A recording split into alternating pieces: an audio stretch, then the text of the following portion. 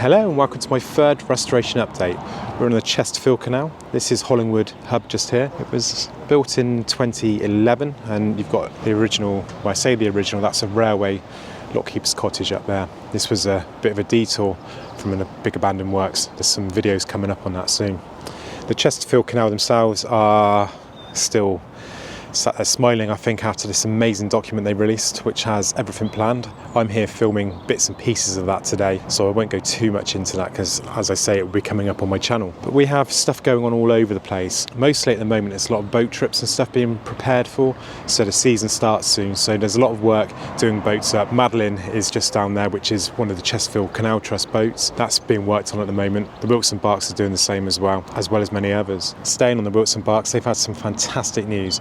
They've just been granted permission to carry on work at the Malden Hill stretch. We've covered that on the channel. There's a little aqueduct there. Now, they have signed a contract for the stretch of canal. It was worked on about 25 years ago, where a lot of restoration work was done, but it's declined in recent years as the trust didn't have any consent to continue maintenance, which is a massive shame, really. So the new maintenance contract has been signed, and they're now stepping up the pace to deliver a community space up there.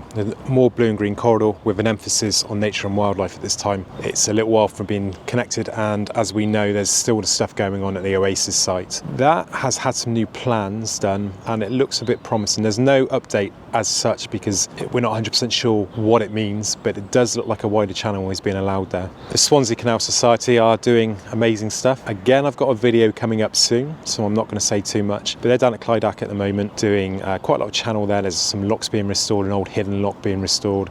There's another lock where they're trying to get funding for, and they've got a new dry dock and stuff built down there. They are progressing extremely well. It's a very dedicated group, and I just wanted to give them an extra shout out on here. So on Saturday I was at the Northern Canals Association meeting at Cromford.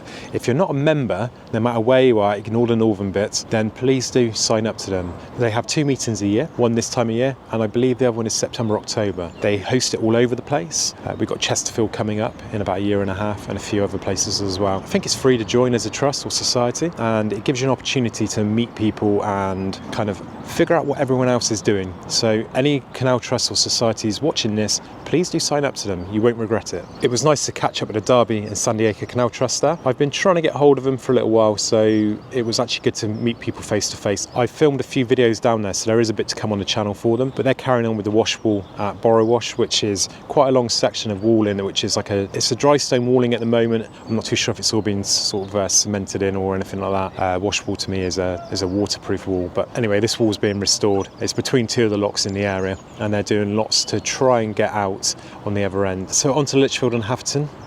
They, as always, have loads going on. You may remember a few weeks back I mentioned about the Big Give campaign. Now, they managed to get champion funding, and they're now going for, I think it's 190,000, it might be 180, which is going live on the 22nd to the 29th of April. So every bit basically in that they raise is doubled. So that comes from people like myself who made a pledge, to champion funders who put some more in. All of that money, if raised in a public appeal, is doubled. This is going on for the next stage of works, which is for Lock 24 and the Gallows Wharf section. They've also done quite a bit of clearance at Fossway Heath. If you don't know the site, it's full of scrub. It's a big nature area down there with an old abandoned railway that's going across the top. I'll be covering that on my new channel soon, that railway. That's going to link up with Warder Canal, and it's going to be a fantastic new corridor, joining like another nature corridor into the canal corridor. The Inland Waterways Association have announced a waterway recovery groups parties, and they're taking bookings for them now. So they go into places like the River Parrett, which is Somerset, I think. The Way in Arran, they've got because of the planning at Rooks Hill, they're going down there to, I think they're building the bridge down there or starting on it. You've got the Lichfield, which is going to probably be channel work. They're going down to the Cotswold Canals, which is Waymore Bridge, and a bit on the Neath Canal as well. They've also got stuff going on at the Cromford Canal, hopefully.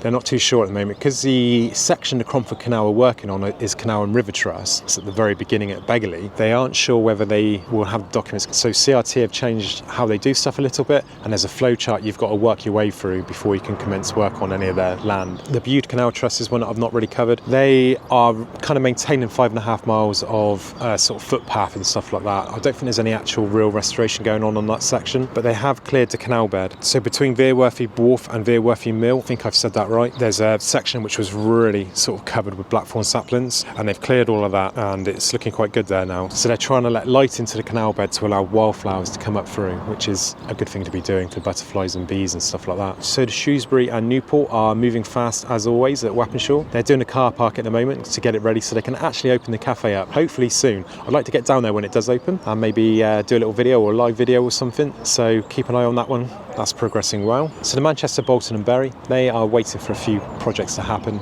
by developers. So where the breach was, which is something I want to cover but haven't done yet, they have a developer who's going to be restoring that. I think that starts quite soon.